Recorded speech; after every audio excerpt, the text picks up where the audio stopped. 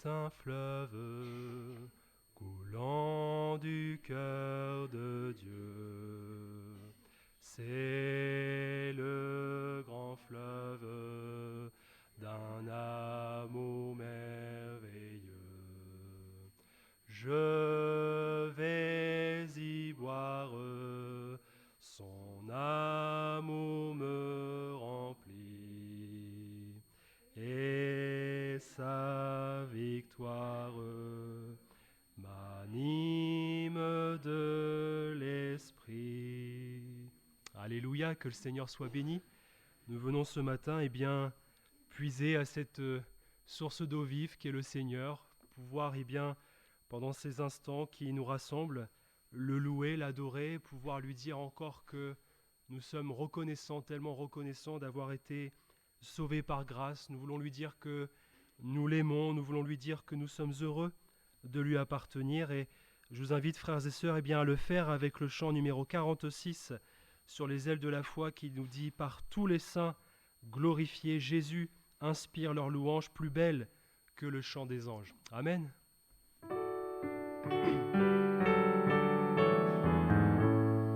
Par tous les saints glorifiés, Jésus inspire leur louange plus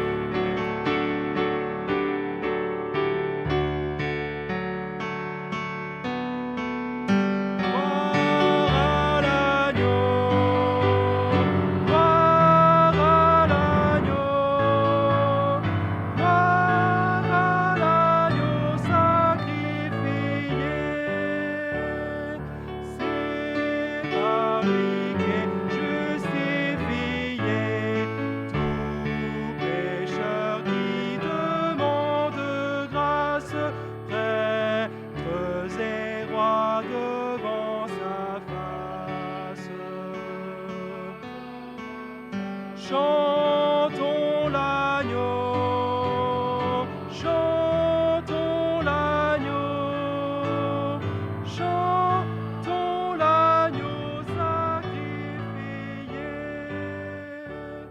par le Père magnifié.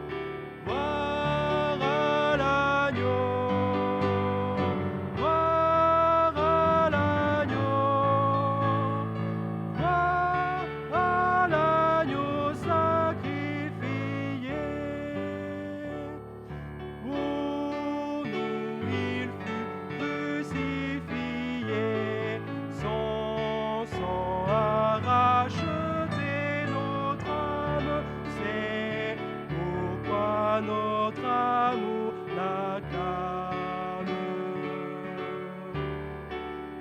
Gloire à l'agneau, gloire à l'agneau, gloire à l'agneau sacrifié.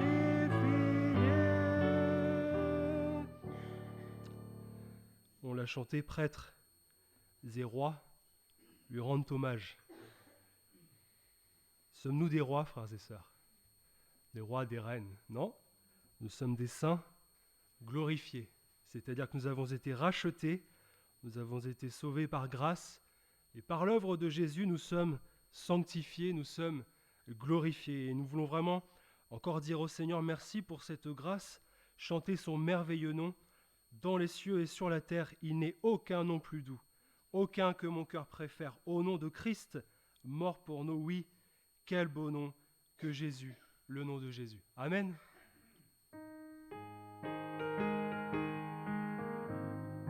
Dans les cieux et sur la terre, il n'est aucun nom plus doux, aucun que mon cœur préfère, au nom de Christ mort pour nous. Quel beau nom, quel beau nom, porte loin de l'éternel. Quel beau nom, quel beau nom, que celui d'Emmanuel. Quelque grand que soit un homme, qu'il soit prince ou qu'il soit roi, de quelque nom qu'on le nomme, Jésus est plus grand pour moi. Quel beau nom, quel beau nom, porte loin de l'éternel. Quel beau nom, quel beau nom, que celui d'Emmanuel. Les séraphins, les archanges portent des noms glorieux, et le plus beau nom des anges pourrait-il me rendre heureux? Quel beau nom, quel beau nom, porte loin de l'éternel. Quel beau nom, quel beau nom, que celui d'Emmanuel. Dans les mots Jésus soulage, il guérit l'esprit froissé, il ranime le courage du cœur le plus oppressé. Quel beau nom, quel beau nom, porte loin de l'éternel. Quel beau nom, quel beau nom, que celui d'Emmanuel. Alléluia. Le cantique suivant, frères et sœurs, le numéro 533, dit: le nom de Jésus est si doux. De Dieu désarmant le courroux, il nous appelle au rendez-vous. J'aime ce nom dans le chagrin, il me soutient sur le chemin. J'aime le nom de mon Sauveur, car lui seul connaît tout mon cœur. Et si parfois j'ai succombé, si dans le mal je suis tombé, son nom puissant m'a relevé. Et lorsqu'avec lui je serai, et lorsqu'enfin je le verrai, alors sans fin, je redirai précieux nom de Jésus.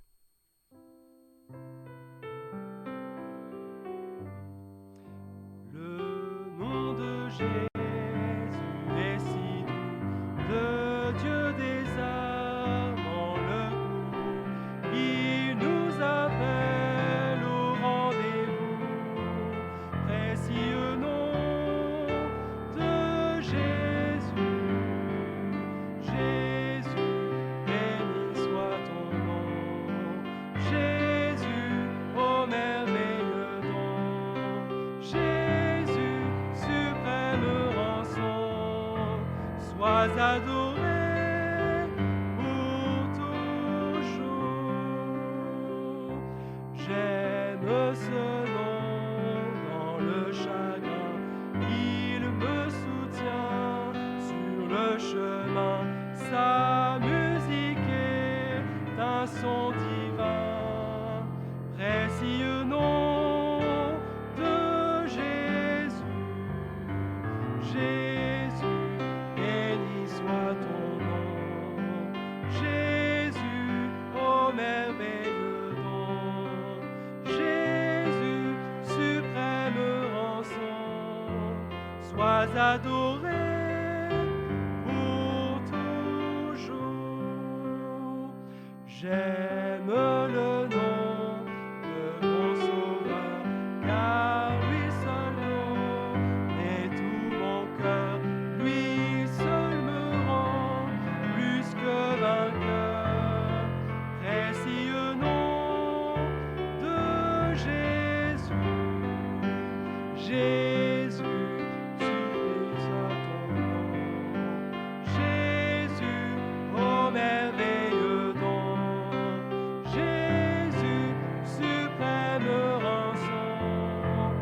sois adoré pour toujours. Et si parfois j'ai succombé, si dans le mal je suis tombé, son nom puissant m'a relevé. Précieux nom de Jésus, Jésus, béni soit ton nom. Jésus, ô merveilleux don. Jésus, suprême rançon, sois adoré pour toujours.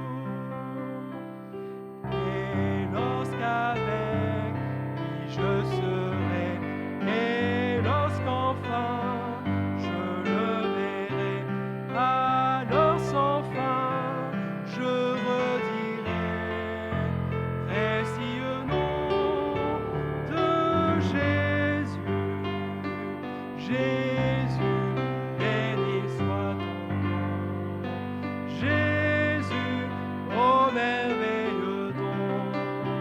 Jésus, suprême rançon, sois adoré pour toujours. Amen. Suprême rançon, merveilleux don que le nom de Jésus. Avant de partager ensemble le repas du Seigneur, chantez ce cantique 411. Quel repos céleste, Jésus, d'être à toi. Quel repos céleste, mon fardeau n'est plus. Libre par le sang du calvaire, quel repos céleste tu conduis mes pas.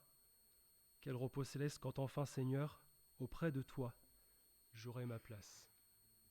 Quel repos céleste, frères et sœurs, nous avons en Jésus-Christ, et nous avons tout pleinement en Jésus.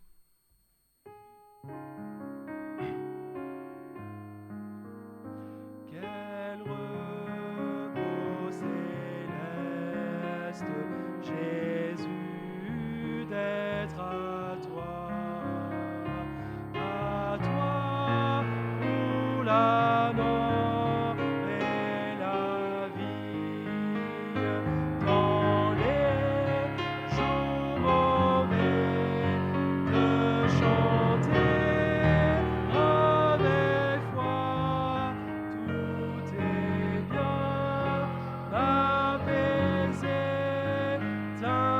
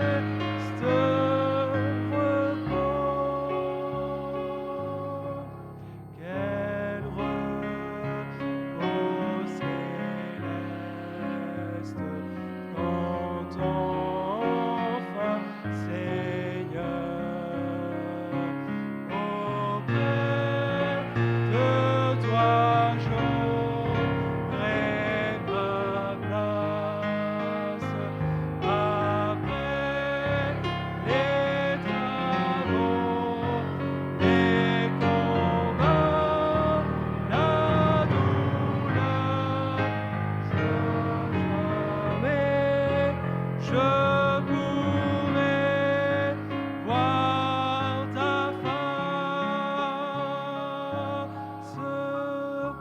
Quel repos, quel repos,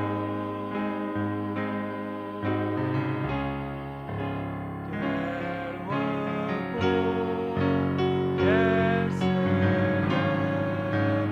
repos.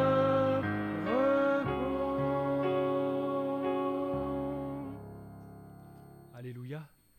Nous allons faire la lecture trois lectures. J'aimerais vraiment dire, frères et sœurs, que les deux premiers versets que nous allons lire, je le crois, sont vraiment destinés à quelqu'un en particulier ce matin. Proverbes chapitre 4, verset 23.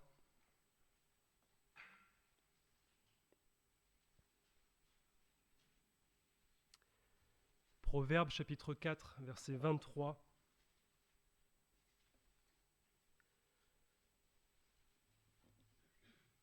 Garde ton cœur plus que toute autre chose, car de lui viennent les sources de la vie. Garde ton cœur plus que toute autre chose, car de lui viennent les sources de la vie. Proverbes chapitre 13, verset 12.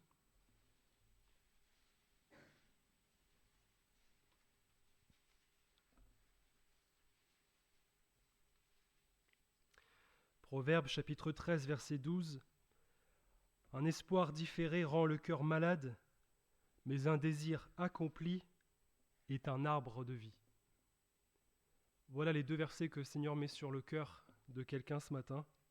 Garde ton cœur plus que toute autre chose et se rendre compte qu'un espoir différé rend le cœur malade, mais qu'un désir accompli est un arbre de vie. Et j'aimerais qu'on puisse illustrer avec la lecture de Genèse chapitre 4, verset 3.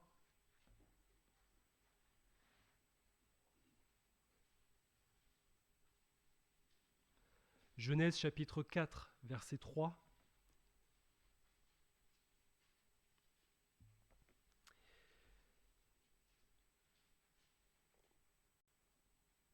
Au bout de quelque temps, Caïn fit à l'Éternel une offrande des fruits de la terre, et Abel de son côté en fit une des premiers-nés de son troupeau et de leur graisse.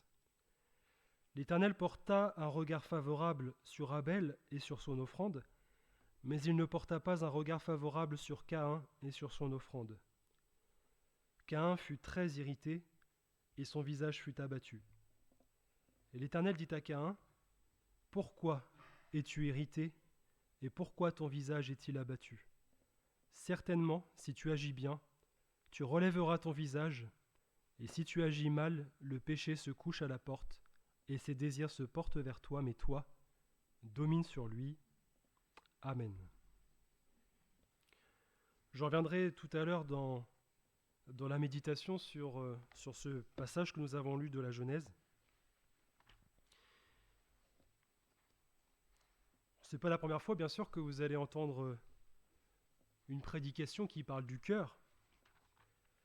On a eu déjà beaucoup d'instructions, beaucoup d'enseignements sur cela, sur le cœur. Mais vous savez, avec ce verset 13, Proverbe 13, chapitre 13, verset 12, je vais y arriver, il ne faut pas prendre cela comme un reproche. Quand le Seigneur dit qu'un espoir différé rend le cœur malade, mais qu'un désir accompli est un arbre de vie, ce n'est pas un reproche que le Seigneur fait à l'homme, à la femme, à celui en tout cas, ou à celle qui lit ce verset. Quand on dit que la parole de Dieu est la révélation du cœur de Dieu, elle est aussi la révélation du cœur de l'homme. Dieu nous connaît parfaitement, il est le créateur du ciel et de la terre, il est notre créateur. Et donc le Seigneur, il sait comment nous avons été faits, et il sait aussi que nous avons une nature qui peut être parfois justement soumise à certaines souffrances, qui peut être parfois tout simplement perdue, qui peut être, vraiment être malade au sens où eh bien, on souffre de certaines douleurs qui sont liées non pas à des douleurs physiques, mais à des douleurs qui sont morales, des douleurs qui peuvent être psychologiques ou autres. Et le Seigneur, ce matin, il ne nous reproche pas cela. On n'a pas à se culpabiliser parfois d'être mal, frères et sœurs, parfois d'être pas bien, de ne pas avoir envie, comme on dit, de ne pas avoir le cœur à cela, à certaines choses. Et le Seigneur, ce matin, ne nous reproche pas cela, au contraire. Ce qu'il désire, le Seigneur, c'est de pouvoir tout simplement qu'on se confie en lui, comprendre que justement, même dans notre cœur, dans ce lieu où nos sentiments, nos émotions peuvent évoluer, peuvent s'exercer, si je puis dire, se manifester, le Seigneur désire que nous puissions aussi, nous, comprendre qu'il est celui qui peut, dans un cœur, faire grâce. Et ce verset montre à la fois deux choses, c'est-à-dire les conséquences d'un espoir qui n'est pas un espoir déçu. Le mot différé, c'est cela, un espoir qui est contraire en tout cas à ce qu'on attend, qui peut-être même est remis à plus tard. Et donc les conséquences de cet espoir sont notre cœur qui est déçu, et les conséquences d'un désir qui au contraire, lui, est accompli, c'est-à-dire qui se réalise. Et au travers de ces deux choses, le Seigneur nous montre qu'on peut à la fois avoir un cœur malade ou, d'un autre côté, connaître l'arbre de vie. Alors, cette expression arbre de vie, vous allez la retrouver dans la parole de Dieu dans 3 livres, la Genèse, les Proverbes et l'Apocalypse. Mais évidemment, pour ce qui concerne la Genèse et l'Apocalypse, il est question de l'arbre de vie qui est un arbre réel, qui est en lien finalement avec la vie éternelle, etc. Mais dans les Proverbes, quand l'auteur utilise cette expression, c'est un livre poétique qui veut justement montrer au travers de cette expression quel est le bonheur, la joie que d'avoir justement ce désir accompli. L'arbre de vie ici, c'est au sens où l'image d'un bonheur, d'une joie infinie, etc. Et donc, l'auteur nous dit que le désir qui est accompli, le désir qui se réalise, eh bien, il provoque en chacun de nous une joie, un bonheur. Il provoque ce sentiment de, j'ai envie de dire, de plénitude, de sérénité même. C'est cela le désir accompli. C'est pour cela qu'il faut vraiment faire attention, frères et sœurs, ici, à ne pas prendre le verset comme un reproche. C'est vraiment le Seigneur qui nous parle ce matin et qui nous dit « Mais voilà, je sais, je connais ta nature, je sais comment vous êtes, je sais comment tu es. » Et le Seigneur veut simplement nous permettre de mettre le doigt sur ce qui justement rend notre cœur malade. Si aujourd'hui vous avez le sentiment de ne pas avoir quelque chose d'accompli en vous, si vous avez le sentiment d'être misérable, si vous avez le sentiment d'être triste, de ne jamais réussir à certaines choses, le Seigneur vous dit ce matin que ce n'est pas une question de notre personne. Tout est une question au fait de se confier en lui. Et j'aimerais commencer par dire déjà, première chose, il faut savoir poser le diagnostic de notre cœur. Parce que si le cœur est malade, ça veut dire qu'il y a une maladie, ça veut dire qu'il y a une souffrance, ça veut dire qu'il est dans un état qui n'est pas normal. Et le Seigneur, quand il voit notre cœur, il ne veut pas que notre cœur soit malade. Il veut que notre cœur soit vraiment, au contraire, soit en bonne santé. Et vraiment, il faut faire la part des choses, ce n'est pas physique que je parle. Bien sûr, le Seigneur veut que nous ayons une bonne santé, mais le cœur, qui est ce lieu où nous allons avoir nos sentiments, et certains même associent le cœur à l'âme. Ça veut dire en fait que si votre cœur est malade, votre âme est malade. Et ça, il faut être en mesure de savoir vraiment, j'emploierai le champ lexical du médical, mais il faut savoir vraiment poser le diagnostic. Et un malade, il a des symptômes. C'est comme ça qu'on peut s'apercevoir s'il y a une maladie ou autre. On n'est pas un malade imaginaire. C'est vraiment quand on a des symptômes vraiment précis, on pose un diagnostic. Spirituellement, c'est la même chose.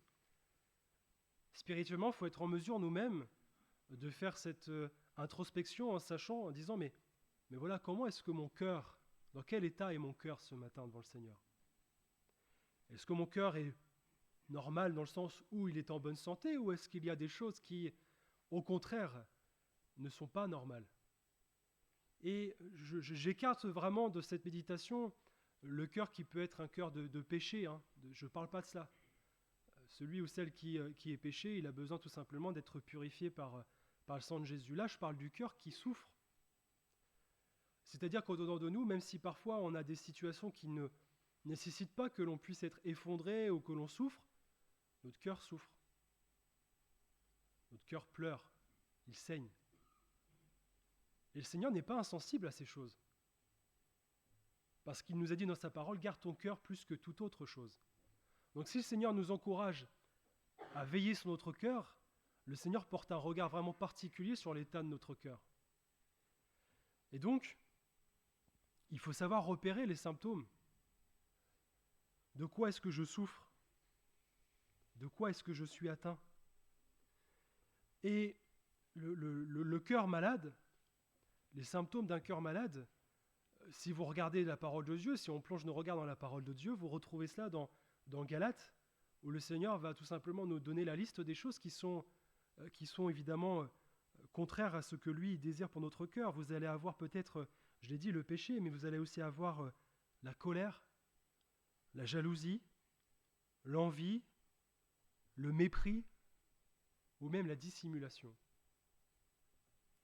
Et j'aimerais qu'on puisse s'arrêter quelques instants sur ce mot, la dissimulation.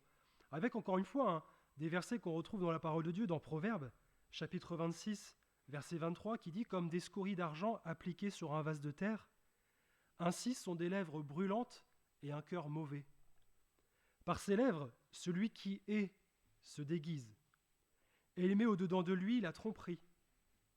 Lorsqu'il prend une voix douce, ne le crois pas, car il y a 7 abominations dans son cœur.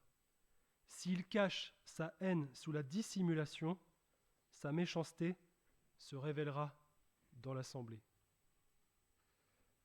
Ce qui veut dire que vous pouvez venir dans la présence du Seigneur, en tout cas dans la maison du Seigneur, et dissimuler votre haine.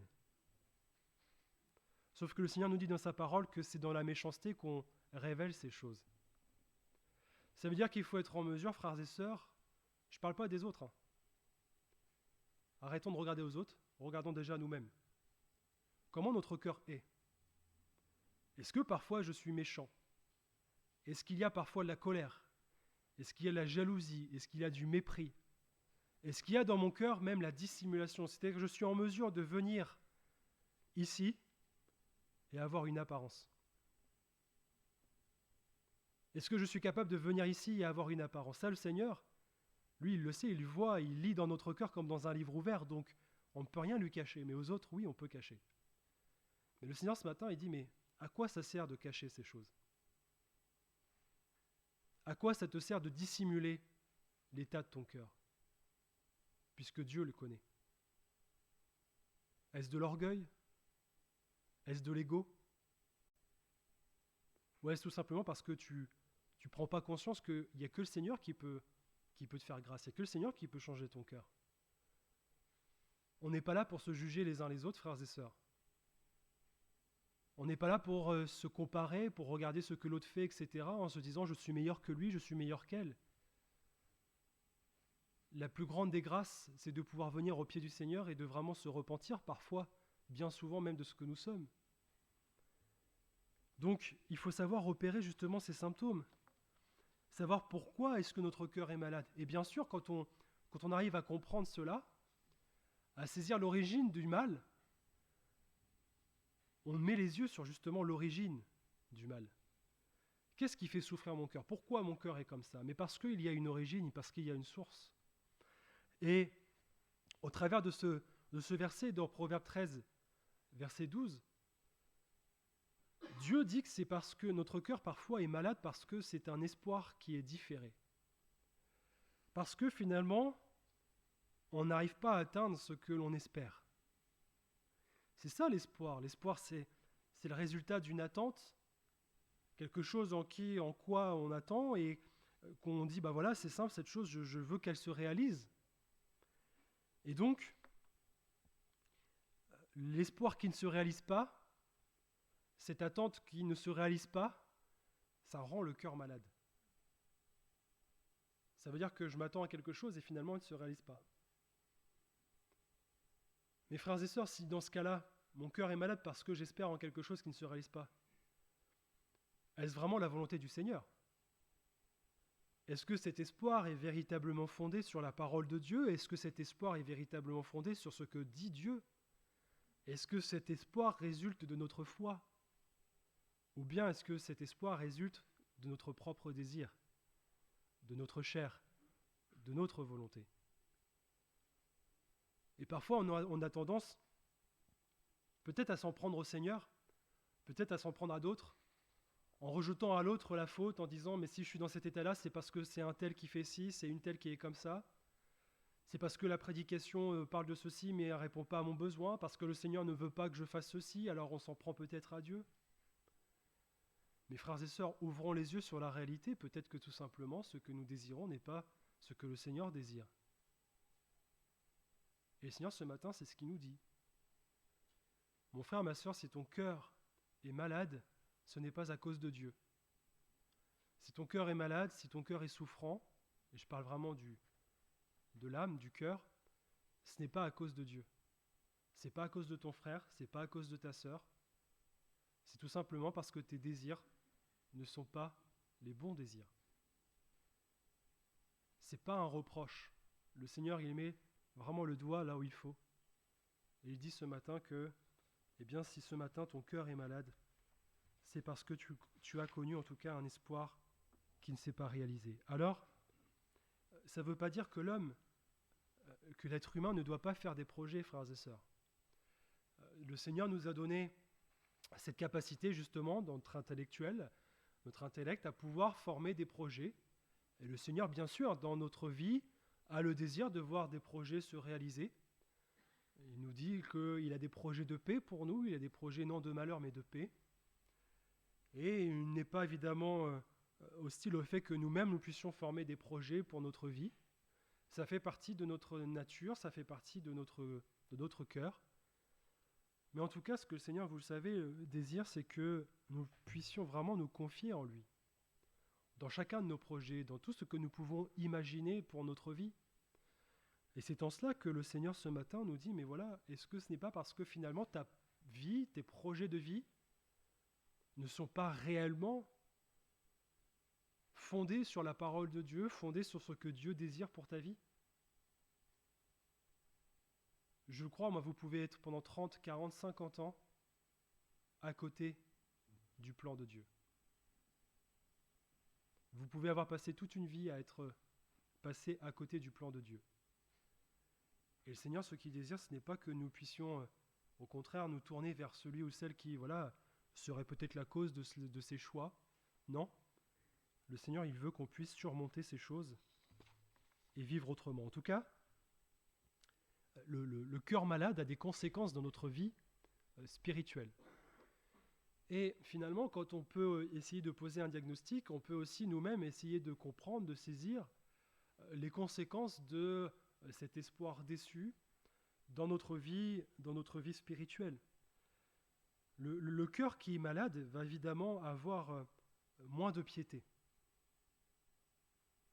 C'est-à-dire qu'on va moins prier, ou alors on va prier différemment. On va peut-être même employer une prière qu'on a appris par cœur. On va avoir moins envie de lire la parole de Dieu, ou en tout cas avoir moins envie de la méditer. On va avoir moins envie de venir en réunion. Et vous savez, dans une chute, ça ne se fait jamais du jour au lendemain, et la première réunion qui saute, c'est la réunion de prière. Moi, pour le peu d'expérience que j'ai pu avoir avec le Seigneur et voir certaines choses, c'est vraiment la réunion de prière qui montre la première alerte de savoir si on est bien ou pas. Si on n'a pas envie de venir à la réunion de prière, c'est qu'il y a un souci. Je mets de côté encore une fois le fait qu'on ne puisse pas, etc., pour raison professionnelle ou autre, ou à cause de la distance, de la maladie. Mes frères et sœurs, il y a vraiment une différence entre vouloir venir et pouvoir venir. Et moi, je n'ai pas peur de le dire. La première chose, c'est que si vous n'avez pas envie de venir à la réunion de prière, c'est que vous êtes déjà en danger. spirituellement parlant. Et que la première chose à faire, c'est de nouveau de demander au Seigneur, de dire, mais Seigneur, il faut que je retrouve le désir de venir dans ta maison le mardi soir pour prier. Ça, c'est pour ceux qui ne viennent pas, mais pour ceux qui viennent. Est-ce que vous venez vraiment à la réunion de prière pour prier? Ou est-ce que vous venez pour juste occuper une chaise? On peut avoir des moments difficiles, frères et sœurs. On peut avoir des moments où on n'a pas envie de prier ou d'ouvrir la bouche. Ça arrive à tout le monde. Mais ça ne peut pas durer des années et des années. En tout cas, le Seigneur ne veut pas que ça dure des années et des années. Le Seigneur, il veut mettre fin à ça. Et il dit ce matin, il dit, mais au fait, si le mardi soir, tu n'as pas envie de prier, c'est parce que ton cœur est malade. Et c'est parce que finalement, tu as posé un espoir sur quelque chose qui t'a déçu. Et le Seigneur ne désire pas cela. C'est pas ce qu'il a voulu, le Seigneur, pour ta vie. Il a voulu autre chose. Et ce matin, c'est ce qu'il te dit. Il y a autre chose pour toi. Alors, un cœur malade, c'est à la fois moins de piété, mais c'est aussi un cœur qui va être moins docile. On est comme ça, c'est notre nature, frères et sœurs. Que vous le vouliez ou non, j'ai envie de dire, c'est presque plus fort que nous. Quand on n'est pas bien, on se soumet moins. On n'a pas envie. Et peut-être même qu'on va mettre en avant des droits ou des choses qu'on a en nous en disant « mais moi j'ai le droit de ceci, moi j'ai le droit de cela ». C'est vrai, vous avez certains droits. Ça appartient à chacun de venir aux réunions, ça appartient à chacun de prier, ça appartient à chacun de méditer la parole de Dieu, etc. Mais quand le Seigneur parle dans sa prédication, et qu'aussitôt la prédication on est capable de dire « c'est pas pour moi », ou derrière on est capable de dire « ça c'est pour un tel, c'est pour un tel », ça veut dire que notre cœur est moins docile. Ça veut dire que la priorité, c'est pas, on ne vient pas pour que le Seigneur nous parle, on vient juste pour venir. C'est de la religiosité, ça. Frères et sœurs, on est là pour que le Seigneur nous aide à être meilleurs. On est là pour que, lorsqu'on va repartir de ce lieu, le Seigneur nous ait donné quelque chose. Et vous ne pouvez pas venir et repartir de ce lieu en vous disant « c'était pas pour vous ». Peu importe, je l'ai dit, c'est pas un reproche. Parce que parfois, oui, il y a des prédications, peut-être qu'elles peuvent être comme des reproches, parce que le Seigneur a besoin de nous reprendre parfois. Mais ce matin, c'est pas ça. Le Seigneur ne nous reproche pas. Il nous encourage. Alors ne repartez pas de ce lieu en disant c'était pas pour moi ce matin. C'était pour chacun de nous. Et le cœur malade, c'est celui qui va repartir de ce lieu en disant ça m'a fait ni chaud ni froid. Ça, c'est pas normal. Ça, c'est justement le symptôme d'un cœur qui est vraiment malade. Donc le cœur, il est moins docile. Et je suis un peu désolé de le dire ça comme ça, frères et sœurs, mais c'est ainsi qu'on est fait. Et ça, finalement, derrière cela, c'est notre vieille nature. C'est le vieil homme qui est en train de, j'ai pas envie de dire renaître de ses cendres, mais qui est là. Celui que le Seigneur Jésus nous a délivré, le vieil homme qui est notre vieille nature, vous savez, elle aura toujours, jusqu'à la fin, tendance à vouloir se rappeler à notre bon souvenir en disant « je suis encore là ». Et si vous laissez votre cœur dans cet état, ce qui va arriver, c'est que votre vieille nature, c'est que notre vieille nature va reprendre du terrain, va reprendre de la place. Chaque jour, nous devons être renouvelés, et ça, c'est la méditation qu'il y a en ce moment sur l'étude biblique, le vendredi soir, mais chaque jour, nous devons être renouvelés de cet homme nouveau. C'est-à-dire que chaque jour, le Seigneur doit faire cette œuvre en nous, nous rappeler que notre vieille nature a été crucifiée avec le Seigneur Jésus à la croix, nous rappeler que même si nous sommes sauvés, nous avons besoin du Seigneur Jésus, nous avons besoin de son œuvre, de sa sanctification chaque jour. Parce qu'il y a dans notre cœur un combat. Parce qu'il y a dans notre cœur encore cette vieille nature qui est là et qui va chercher à nous tendre des pièges, chercher à nous faire tomber dans le péché. Et c'est cela le dernier point là, de ces conséquences dans la vie spirituelle. C'est que si on a moins de piété, si on a un cœur qui est moins docile, qui se soumet moins, la conséquence c'est que cela nous amène au péché. Tôt ou tard. Tôt ou tard, on va consommer ce péché. Tôt ou tard, on va se rebeller contre Dieu. Tôt ou tard, on va se laisser prendre par le péché. Et c'est pour ça que le récit de Caïn à ce moment-là m'est venue, frères et sœurs, parce que on l'a lu ensemble, mais lorsque Caïn va vouloir pas se rebeller, mais lorsque Caïn va faire comprendre au Seigneur qu'il n'est pas content, c'est un court passage, mais pourtant il est précieux ce passage parce que on voit que le Seigneur vient à lui. Alors on l'a lu ensemble. Caïn, lui, il a fait comme Abel, il a donné une offrande au Seigneur et il a pris ce qu'il avait, j'ai envie de dire, ce qu'il avait fait. Je fais une parenthèse parce que il n'y a pas si longtemps, vraiment, j'ai pu méditer sur ce passage. Alors, on dit souvent que Dieu n'a pas porté un regard favorable à Caïn parce qu'il lui avait apporté des fruits de la terre. Et qu'il avait porté un regard favorable à Abel parce que lui avait apporté un agneau.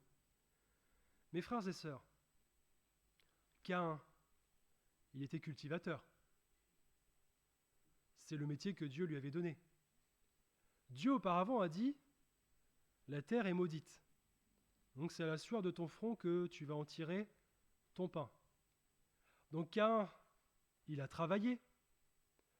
Et même si cette terre était maudite, il a quand même sorti quelque chose de cette terre.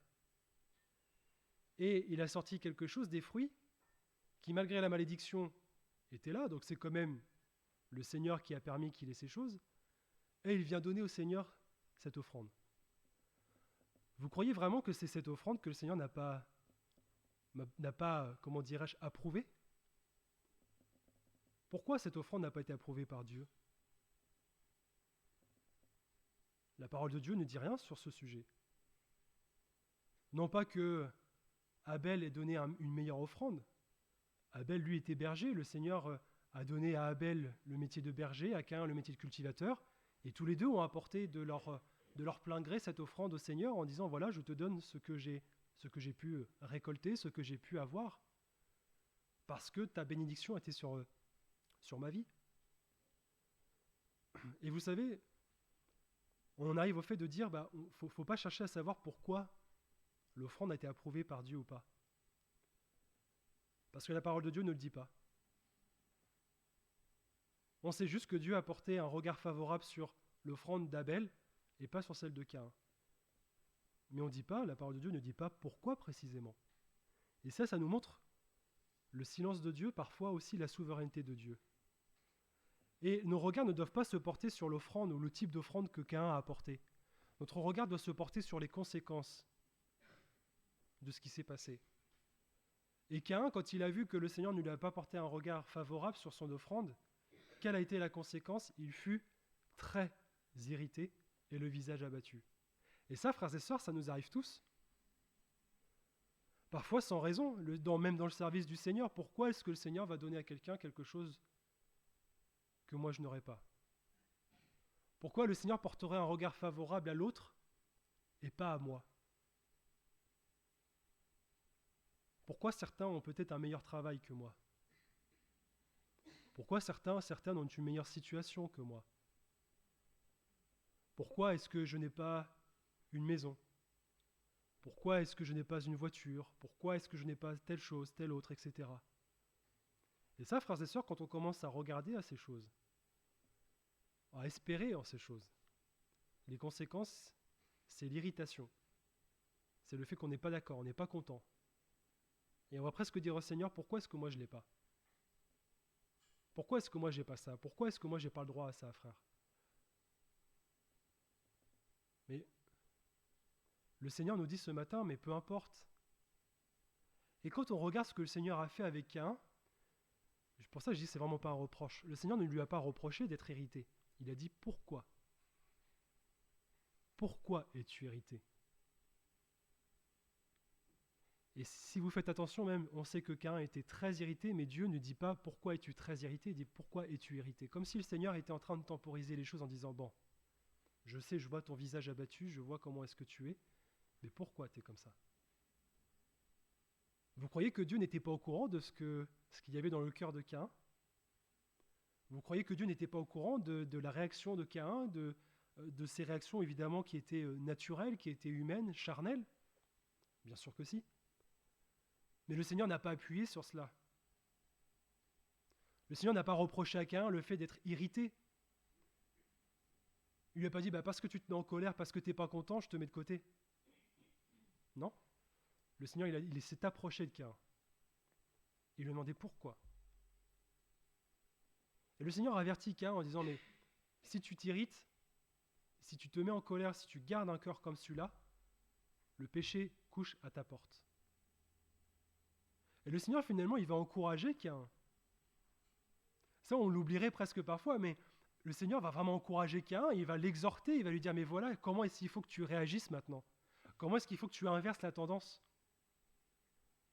Il faut que tu relèves la tête. Il faut que tu arrives à reconsidérer finalement ce que le Seigneur a prévu pour toi. Le Seigneur sait comment est-ce qu'il doit nous parler. Chacun pour notre part, on est chacun différents, frères et sœurs. Certains ont parfois peut-être besoin que le Seigneur leur parle un peu durement, mais parce qu'on est comme ça. D'autres, ils ont une certaine sensibilité, et le Seigneur va utiliser une certaine sensibilité aussi pour leur parler. Peu importe. Ce qu'il faut retenir, c'est que le Seigneur nous parle. Et que quand on n'est pas bien, quand on est malade, quand on a un cœur malade, le Seigneur ne nous laisse pas dans notre désarroi, le Seigneur ne nous laisse pas dans notre colère, le Seigneur ne nous laisse pas dans notre espoir déçu, le Seigneur veut au contraire nous communiquer la vie, et le Seigneur vient à notre rencontre et il dit, mais pourquoi? Pourquoi tu es comme ça? Certainement, si tu arrives à inverser la tendance, certainement, si tu arrives à relever la tête, tu agiras bien, tu agiras de façon à ce que, le péché qui couche à ta porte n'entre pas dans ton cœur. Mais par contre, le Seigneur a aussi dit à Caïn, voilà, si tu agis mal, voilà la conséquence, c'est le péché.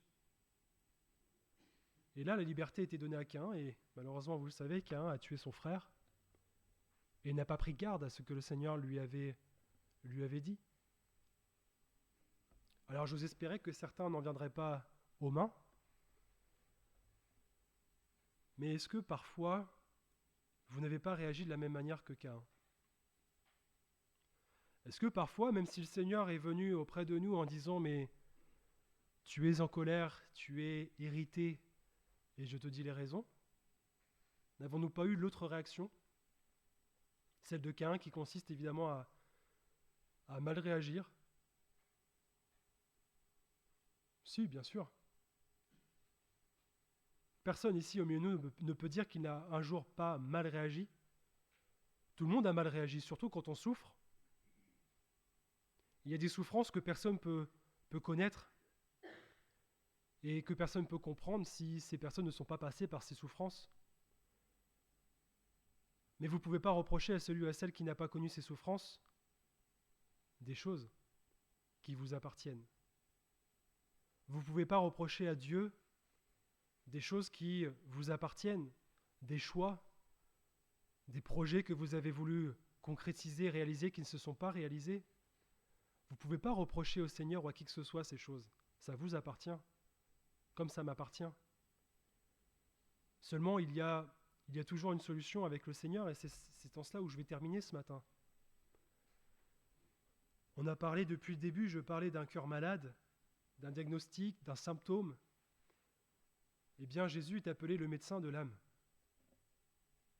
Ce n'est pas biblique, ce n'est pas une expression qui est présente dans la parole de Dieu, mais on fait référence à cela parce que le Seigneur Jésus a un jour, vous le savez, dit que c'était évidemment les gens qui étaient malades qui avaient besoin de médecins pour justifier sa présence auprès de ceux qui étaient les gens de mauvaise vie, les publicains, etc. Donc, bien sûr, le Seigneur est le médecin de l'âme. Et le Seigneur, quand il s'approche de nous, qu'il voit notre irritation, il nous donne ce remède, comme il l'a fait avec Caïn. Il faut que tu agisses bien et il faut que tu domines sur le péché. C'est trop facile, frères et sœurs. C'est trop facile de baisser les bras dans cette situation.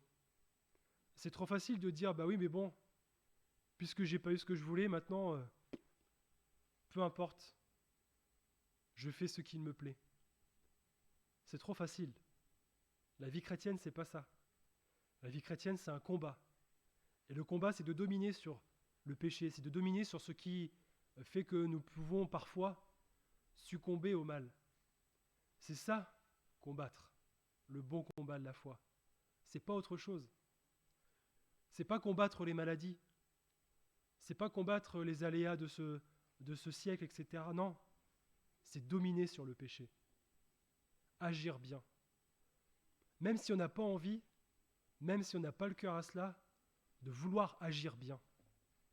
Et c'est ça que le Seigneur nous dit ce matin. Il nous dit, mais si tu agis bien par ma grâce, c'est-à-dire que si tu es capable de venir auprès du Seigneur, lui qui s'approche de toi, qui te dit, mais pourquoi tu es comme ça? Et tu dis, mais Seigneur, ça ne va pas parce qu'il y a ça.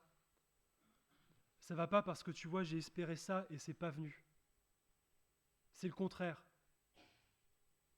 Le Seigneur ne va pas forcément vous donner la réponse en disant, bah tu sais, j'ai fait comme ça parce qu'il t'est arrivé ceci, cela, parce que non.